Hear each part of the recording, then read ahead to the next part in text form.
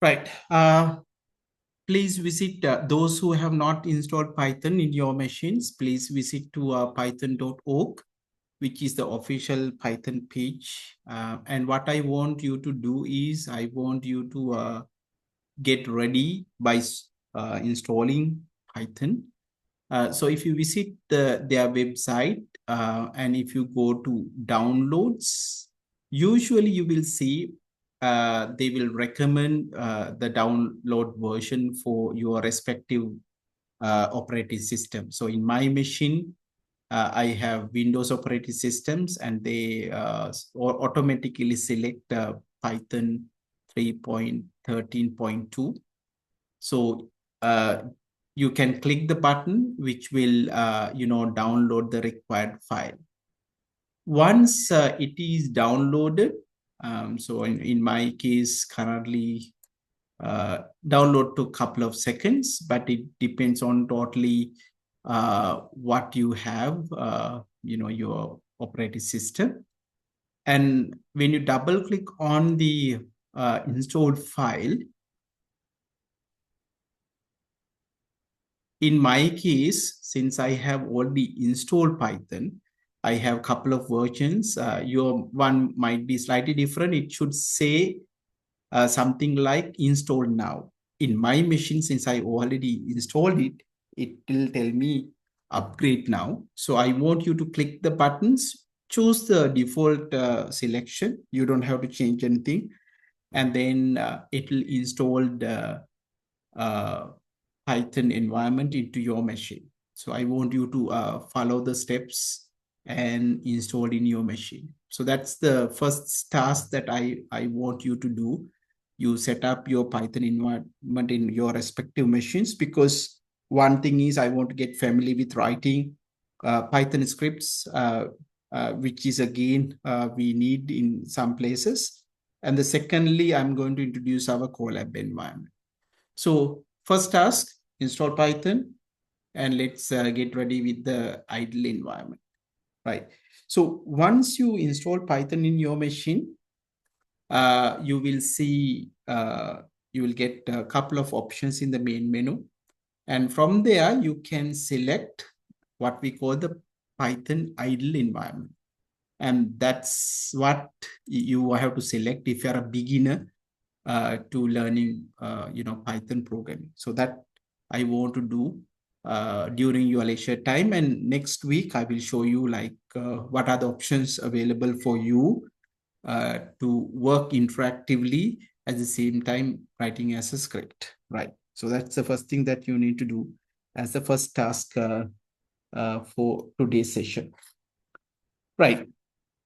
Now, while this is installed in the background, let me quickly move to it's installing in my one in the background. So I will go through in their official website. If you visit Python, even you can work without installing. You have a online environment. For example, you can see there's a yellow button like this, which will launch what we call the interactive shell, which will be very similar the environment you will get once you install it. So let me click and show you what is capable of. For example, if you're unable to install Python in your machine, but still you want to write code, it's possible with this environment.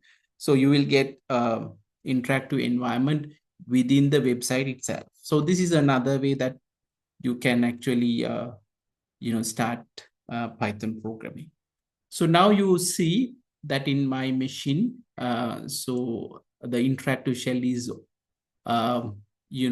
ready for me to enter command. And this is usually we say prompt, and it's expected me to type command. So a few things I want to highlight. So when you are actually entering commands, in this case, I'm typing print statement, print function, you may call it. And let's say I'm going to start with the traditional hello world message. And ideally what will happen in the command, in the prompt, you see that there are 3 angle brackets. And when you press enter, immediately you get the the answer. This is called interactive mode in Python, which means when you test codes or if you work on short things, you want to trial out like some of the command, this is what you should use. It's called the interactive mode or Python shell, right? For example, let me do simple calculations. Immediately you get a result. So it's like a calculator, right? You can work on like this. So that's one thing that you will do in the interactive shell. Second one, usually you will get when you install Python, and then you can save it as a separate file, which I will discuss in the next week, right? So I think I will put this information in the LMS. I have uploaded the LMS page with my plan, and then we will put up everything that you need for your task. So the task one is install your Python in your machines and get ready your machines for next week, where I'm going to elaborate on both interactive mode as well as the script mode in Python. Okay, so for today's remaining time, I would like to show you the Google Colab environment as well. So please visit to colab.research.google.com. So in this one, what you will get is we call a notebook environment, which is very popular in data analytics, data science area, where we can write everything in a single place. It's called a notebook, right? So if you have a Google account and if you go to colab.research.google.com, and if you click a new notebook, you will get the notebook environment. So this is the next part, which I will use when I teach you NumPy, Matplotlib, and Pandas. I'm going to switch to this one. Since for the today's one, since some of you have not installed Python in your machines, I'm going to start using this. Right. So first things first, there are two environments you have to familiar with. So within the notebook, you have code cells and you have text cells, right? Let me remove this one. You can notice here there's a delete button. I'm going to delete this cell, right? I'm going to type a text. So this is my first session. So I'm going to type some session number 1 on Python basics. And this is what I'm planning to do in remaining sessions. And you can see I'm using some codes here. This is called Markdown, and hash will represent the level 1 header, and you see the largest value here, right? So I'm going to now switch it to get a new code environment. So this is how you will get it. Whatever you type in the level header, you can put into one single folder once you finish it. For example, like this. Right now, I have only one cell. Right. I'm going to type the same print statement. I'm going to say, okay, print. I'm going to say hello world. This is the first command that we have typed in the shell. And in the code cells, the beauty of using a notebook environment is, okay, now you can type your note here. You have already seen I put up a title here. Then here I have taken the code cell and typed the Python command, which I use a print statement. And when I immediately run this, you get the output as well. So you have everything in a single place. The beauty is once you have everything, you can collaborate with your colleagues. At the same time, for me, for example, as a teacher, I can share this as a PDF with you.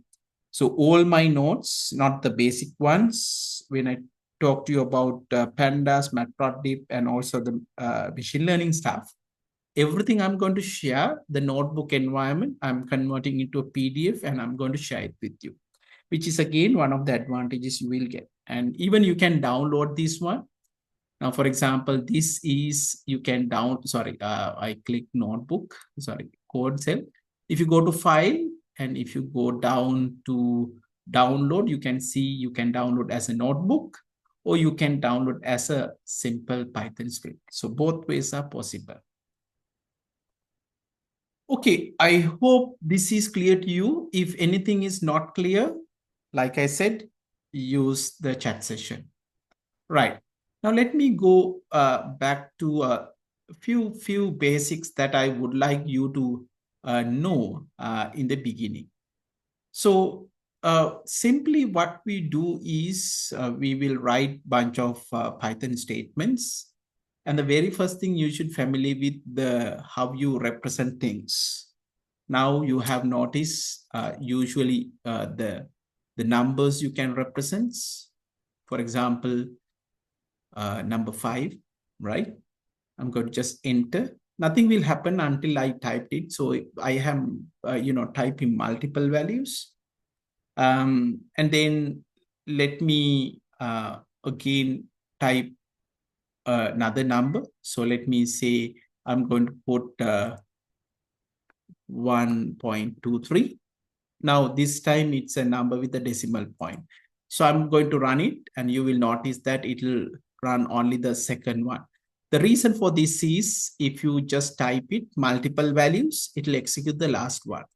So if you want to just display all the outcomes, you have to use print in this statement. So I'm going to say print 5. I'm just printing numbers. Number 5 is a constant. And then here we will say a print 1.23 is a decimal or float, in other words. Another representation is a scientific notation. So for example, if you have number which you want to represent in scientific notation, it's possible in Python. So for example, if I put 9.25 e minus 3, this representation will tell us 9.25 into 10 to the power minus 3, right? And you will observe the number representation. And the other point that I want to highlight in Python, sometimes even without any value after the decimal point, it will take float.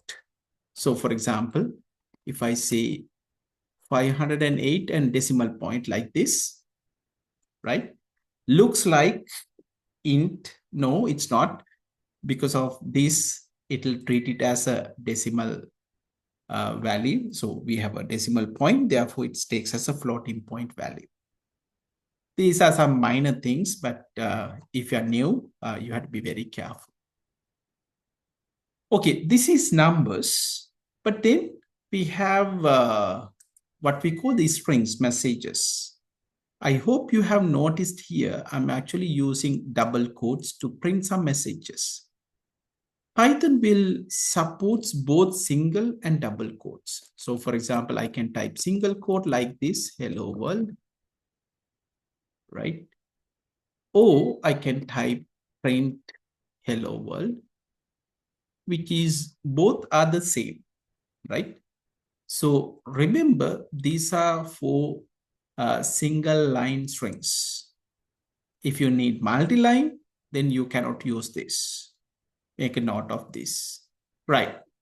Now, how do you know this? How Python will treat, then I told you the Python take this as a float. How do you know that?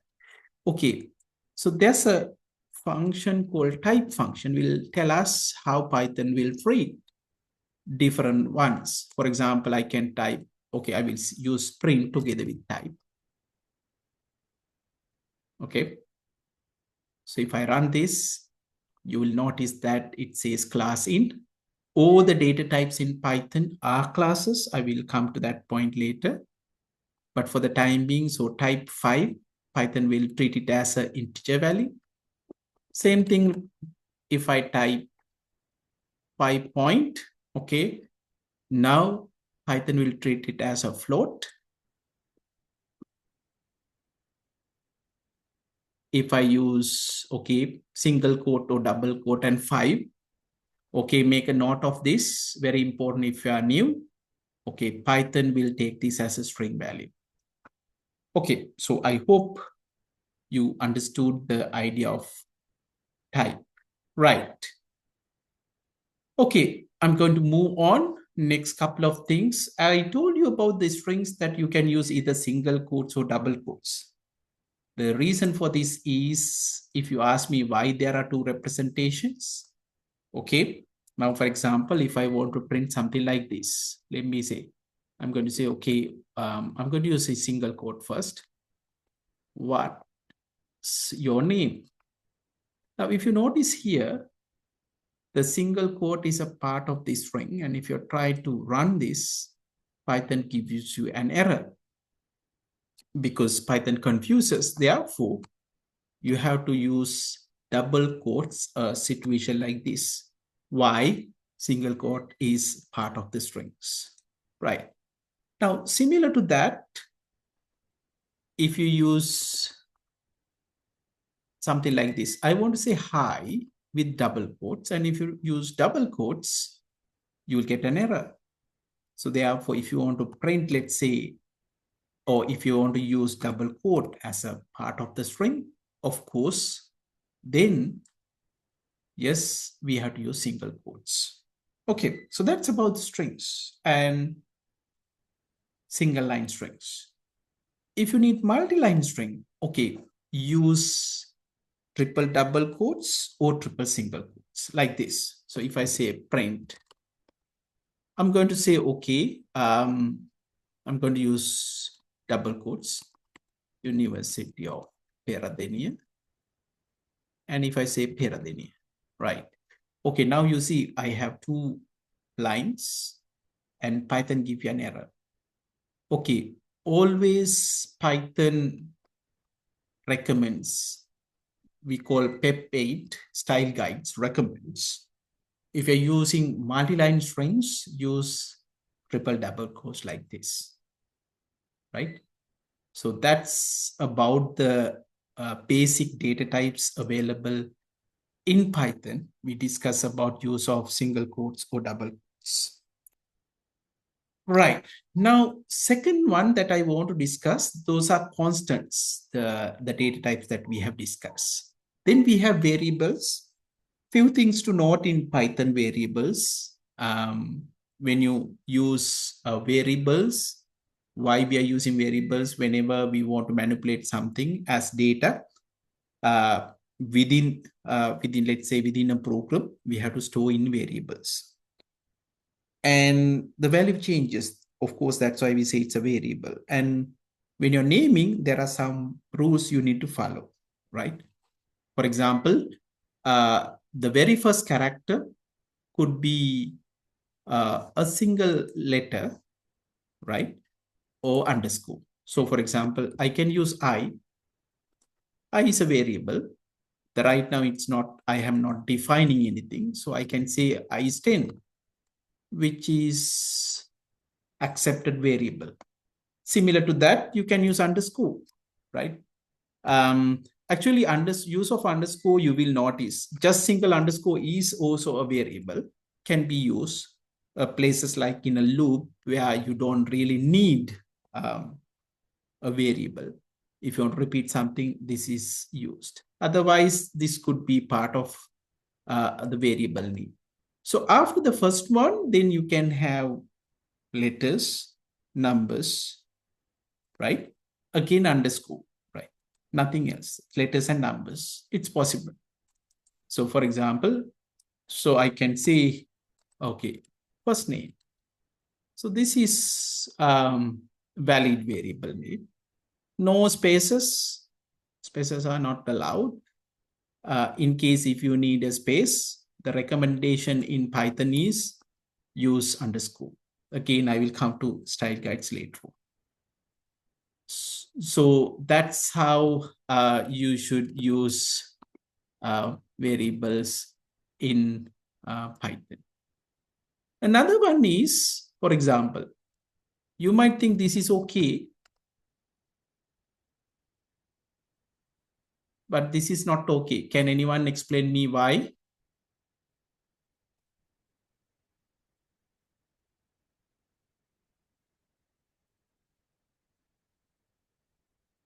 Okay, going back to this, class is what we call a reserved value in Python. So none of the values available as keywords cannot be used as a variable names, right? So for example, let me show you the slide for this one.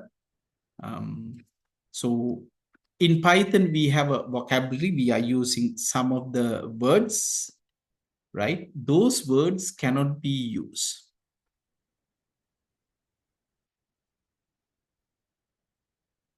So you can notice, so this is the note for the first day, and I'm taking about the keywords. So there are 35 keywords in version 3.12, and then none of these cannot be used as variable names. Please note, most of the keywords are lowercase ones. Like, for example, what I have used early is a class. You cannot use this as a variable name. But of course, if you use C capital, then you might use it. Remember? So as it is, because Python is case sensitive, you cannot use as it is. Similar to this, please note that there are three keywords start with capital letters. So false with capital F, true with capital T, none with capital N cannot be used. But of course, if you just use true with simple, you may be able to use it. So make a note of this. None of the keywords cannot be used as variables in Python. Right. Okay. With that, I'm going to conclude for today's one since time has come. Today, I actually ran from 10 to 12. Do you get the timetable for the other subjects, and what is the availability for you to have 3-hour sessions from next week onwards?